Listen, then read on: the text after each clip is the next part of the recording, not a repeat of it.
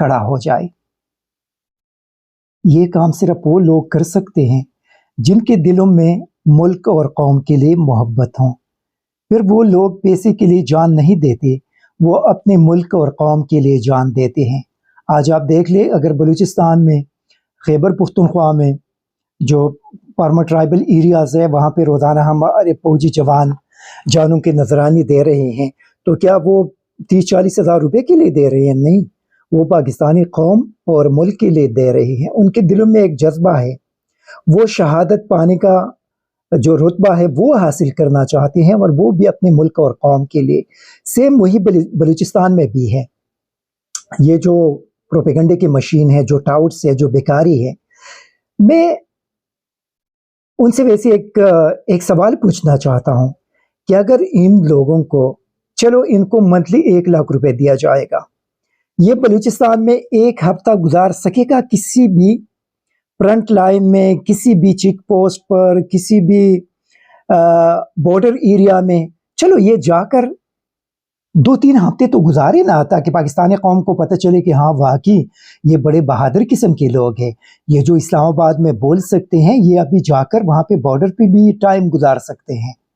آپ یقین کریں کہ قوم ان کا اتنا ریسپیکٹ کریں گے، ان لوگوں کے ریسپیکٹ میں اتنا اضافہ ہو جائے گا، اس کے بعد جب یہ تنقید بھی کریں گے تو اس کے اندر وزن بھی ہوگا، کیونکہ یہ خود اپنا مثال بھی قوم کے سامنے پیش کریں گے کہ ہم نے جا کر وہاں پہ بارڈر پہ اتنا عرصہ گزارا، وہاں پہ بندوق کے ساتھ ہم بیٹھ کر ہم نے پاکستان کی حفاظت کی۔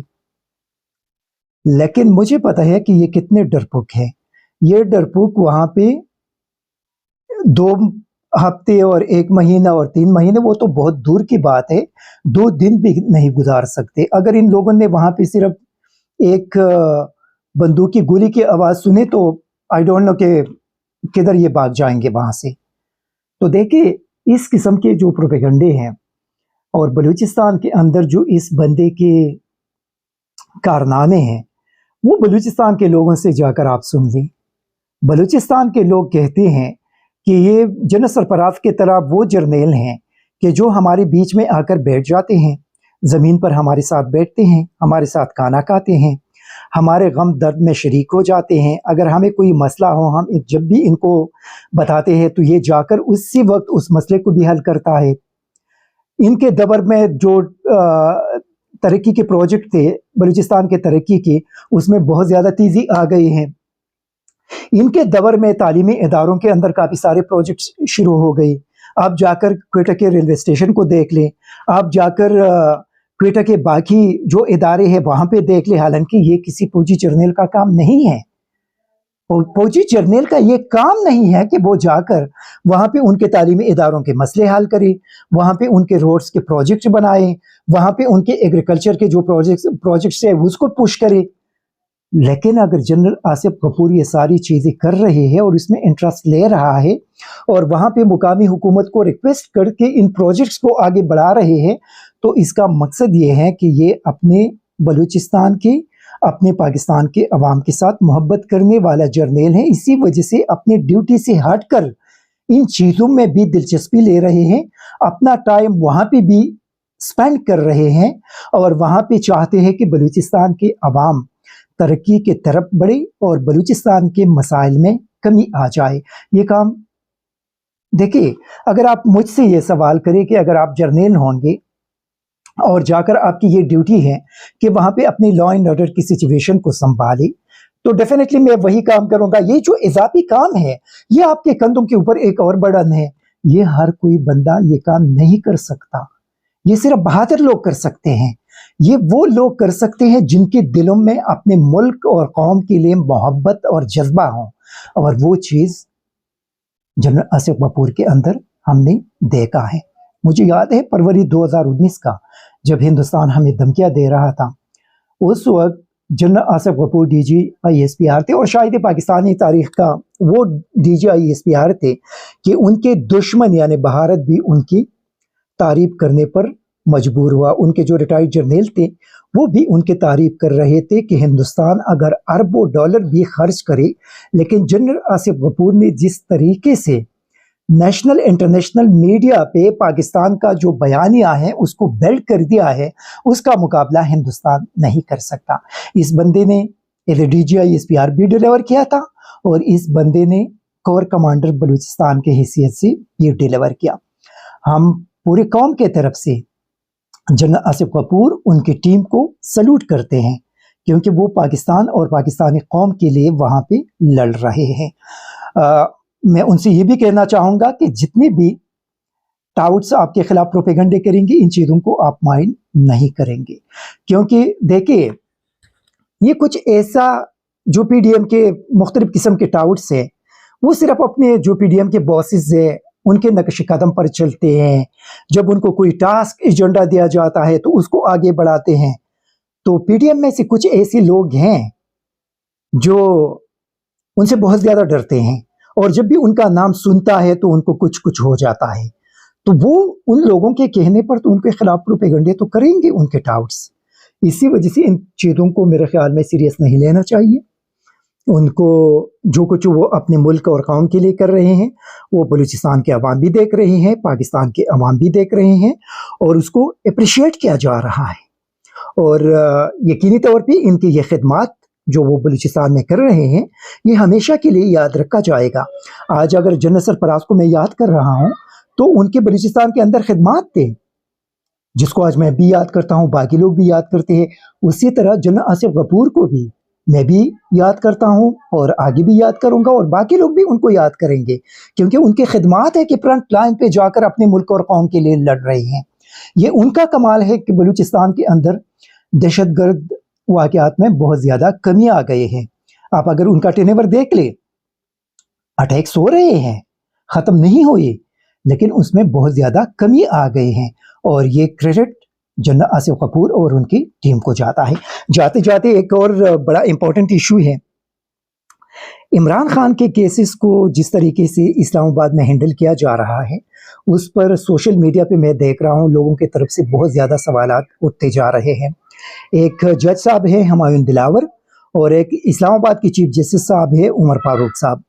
ان کے طرف سے جس طریقے سے ان کے کیسز کو ہینڈل کیا جا رہا ہے، جس طریقے سے ہمایوں دلاور صاحب جو تیزی دکھا رہے ہیں، جو بضد ہے کہ ان پر عدم اعتماد ہونے کے باوجود، ان پر بائسڈ ہونے کا الزام لگنے کے باوجود، وہ بضد ہے کہ میں عمران خان کا کیس ہر صورت میں سنوں گا، عمران خان کا کیس میں آگے بڑھاؤں گا۔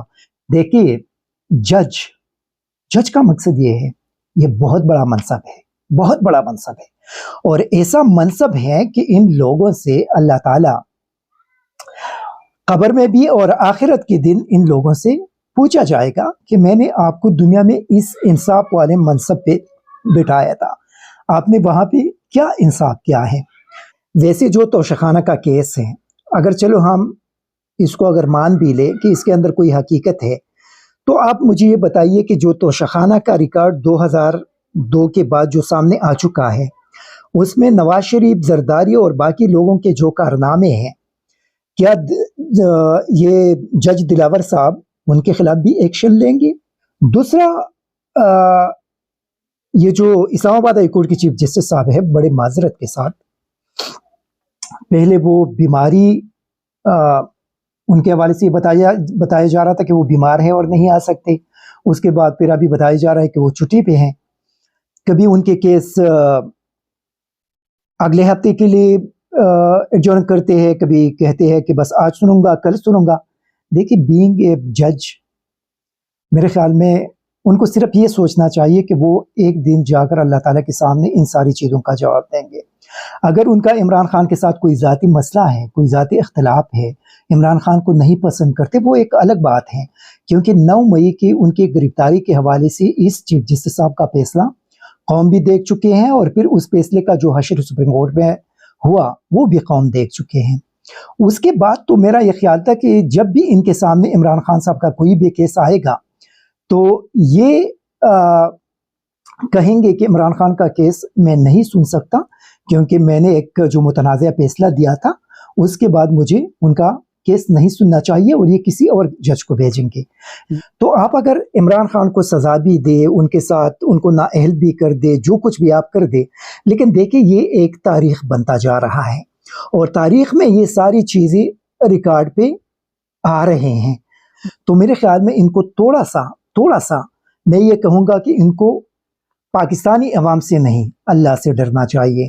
اگر یہ سمجھتے ہیں کہ ہم انصاف کر رہے ہیں تو پھر یہ اپنا سلسلہ جاری رکھے. لیکن اگر یہ دل میں اپنے گریبان میں سوچ کر اگر ایک سیکنڈ کے لیے بھی یہ سوچے کہ یہ تو ہم انصاف نہیں کر رہے ہیں بلکہ ہم دباؤ میں اگر یہ چیزیں کر رہے ہیں، تو یاد رکھے کہ دنیا کی زندگی کی کوئی گارنٹی نہیں ہے. ایک سیکنڈ کے لیے ہمارے پاس ہماری زندگی کی گارنٹی نہیں ہے کہ ہم کس وقت اس دنیا سے جا سکتے ہیں. اور جب بھی یہاں سے جائیں گے تو پھر جو اگلا سٹیپ ہے وہ اللہ تعالیٰ کے سامنے ہوگا. وہاں پہ کوئی بھی بچانے والا نہیں ہوگا. آپ نے اگر کسی کے ساتھ ناانصافی کی تو وہاں پہ پھر آپ کو جواب دینا پڑے گا.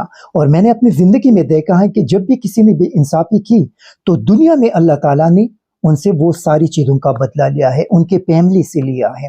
اسی وجہ سے تمام لوگوں کے لیے میرا یہ درخواست ہوگا کہ آپ جہاں بھی بیٹھے ہیں ہمیشہ آپ انصاف کریں، ہمیشہ انصاف کریں. کبھی بھی ظلم، زیادتی یا دباؤ میں آ کر کوئی ایسا کام مت کرے جس سے آپ ایک بے گناہ انسان کو تکلیف دیں. اگر آپ نے دیا تو آپ کا دنیا بھی تباہ ہوگا اور آپ کی آخرت بھی تباہ ہوگی. Thank you very much. ISTV Pakistan کو سبسکرائب کریں اور بیل آئیکن کو دبائیں مزید ویڈیو اور اپڈیٹس کے لیے.